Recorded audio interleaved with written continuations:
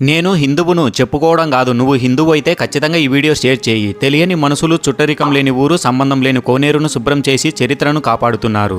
మరి ఎక్కడి నుంచో వచ్చిన నాకే చరిత్ర గల కోనేరు చెత్తతో నిండిపోవడం చూస్తే చాలా బాధ వేసింది. సొంత ఊరిలో ఉన్నావు, నువ్వేం చేస్తున్నావు?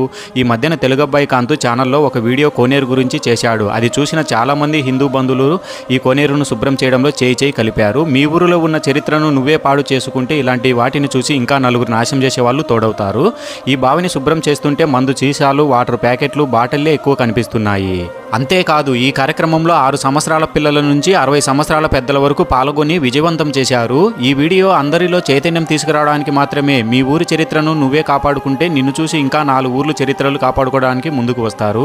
శుభ్రం చేయడమే కాదు, విగ్రహాలకు పసుపు, కుంకుమ, పూలమాలలు వేసి పూజలు చేశారు. ఇదే విధంగా ప్రతి గ్రామంలో చేస్తే అందరిలో చైతన్యం వస్తుంది.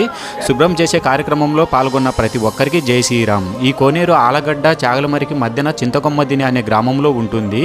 ఈ వీడియో ప్రతి గ్రామానికి వీడియో షేర్ చేయండి. ప్రతి ఒక్కరిలో చైతన్యం రావాలని కోరుకుంటున్నాను. జై శ్రీరామ్.